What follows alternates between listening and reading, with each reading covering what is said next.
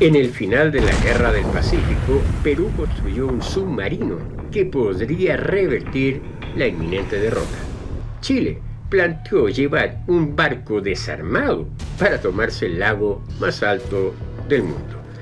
Redescubriendo la historia, los olvidados gigantes de metal de la Guerra del Pacífico.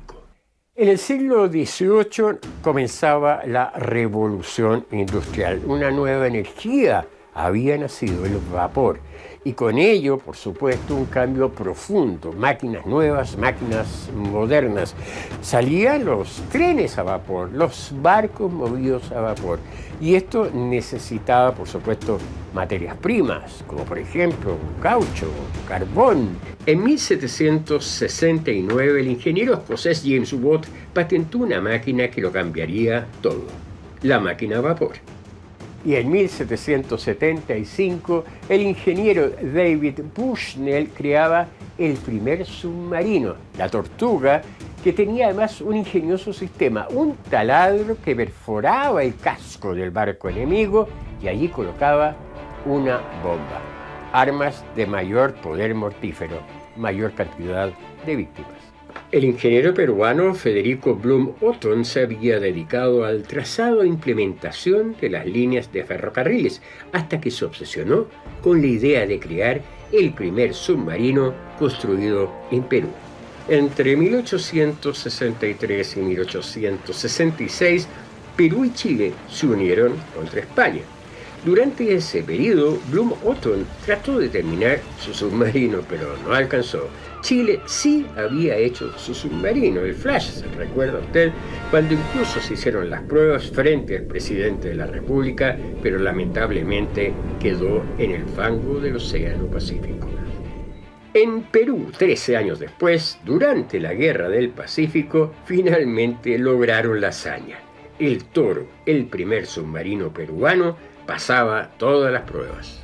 El Toro submarino, que así se llamaba este ingenio, la verdad es que era un tonel de 15 metros de largo, forrado por planchas de hierro de 1/4 de pulgada, operado manualmente por 8 hombres. La tripulación en total eran 11, porque tenían que manejar los tubos de ventilación y las bombas de agua. Tiene 2 sistemas de Snorkel, uno para entrar aire limpio y el otro para sacar el aire viciado. Esto tiene una relevancia porque es el mismo sistema que se ocupa en la Segunda Guerra Mundial en los submarinos ya modernos. Su energía era un motor Otto a gasolina cuando andaba en la superficie y cuando se sumergía usaba un motor eléctrico.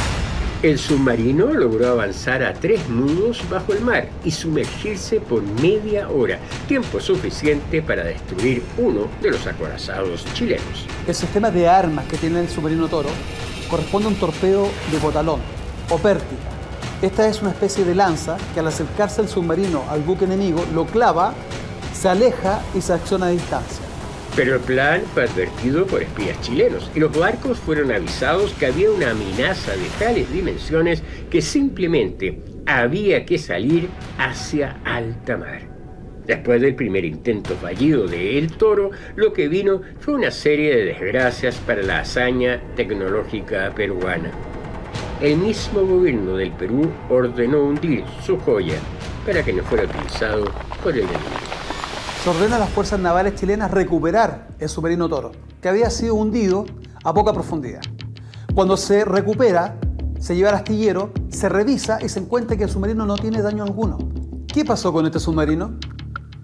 Como muchas de las situaciones de nuestra historia anecdótica, el submarino fue traído a Chile y hoy día no se sabe en dónde se encuentra y qué sucedió con él. Bolivia se había retirado de la guerra en 1880 después de la derrota en Tacna. Sin embargo, se mantenía la resistencia peruana en Arequipa. Bolivia empieza a enviarle apoyo militar y piensa incluso en entrar en la guerra. Ahí el presidente de la República de Chile, Domingo Santa María, ordena resolver esta situación y pide que una división vaya a Arequipa y destruya esta resistencia. El general chileno José Velázquez Borges, que había logrado conquistar los últimos puntos importantes de resistencia en Arequipa y Puno, ideó un plan que parecía una locura: llevar en un tren un barco desarmado hasta el lago Titicaca y acabar con cualquier intento de sublevación. La torpedera Colo Colo había sido construida en la isla de los Perros, en Inglaterra, y en 1880 fue enviada desarmada a Chile. Cuando llegó a Valparaíso fue armada y lanzada al mar para la guerra. La Colo Colo era un barco con su casco de acero galvanizado de 15 metros de largo. Estaba armada con 2 ametralladoras Hotchkiss y 2 torpedos que eran detonados con pértigas. Además de sus ametralladoras, ¿verdad?, y los torpedos, tiene una característica especial que es su proa reforzada. La idea es que esta lancha ataque buques de la misma envergadura o buques superiores a través del espolón, destruyéndolas en cada embestida. Por su tamaño y diseño, podía ser levantada por un barco más grande y ser trasladada donde pudiera aprovechar su velocidad y poder de fuego corto.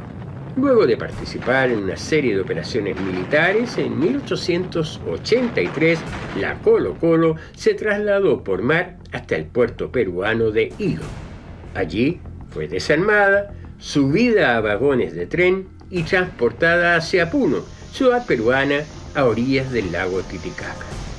La hazaña de la Colo Colo merece ser recordada. Imagínense ustedes que no solo había llegado desarmada y había sido armada en Chile, fue trasladada en barco nuevamente hacia el norte y ahí desarmada para ser trasladada por tren hacia Puno.